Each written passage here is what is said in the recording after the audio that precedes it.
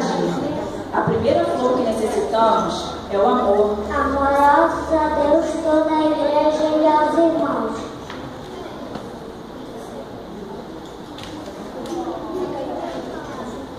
A segunda flor é a obediência. Obediência à vontade do Pai.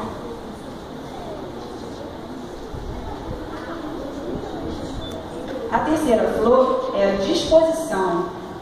Disposta a trabalhar para Deus. A quarta flor é a dedicação. Dedicação para o Senhor.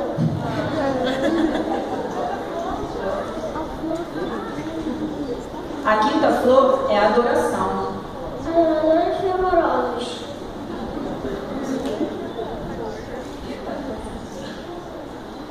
A sexta flor é a reverência. Ser que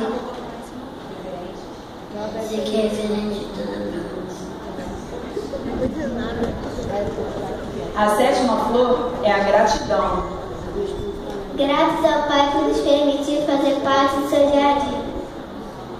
Tendo todas essas flores e sabendo cultivar cada uma delas, nós conseguiremos a flor maior em nosso jardim, a flor do reino de Deus. E esta flor vem representada por Jesus, que disse: A casa do meu Pai tem muitas moradas.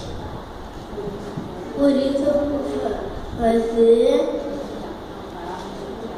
lugar. Amigos, não dá para viver sem Jesus. Aguardamos ansiosos o dia em que o veremos nas lindas mansões que estão sendo preparados para cada um de nós.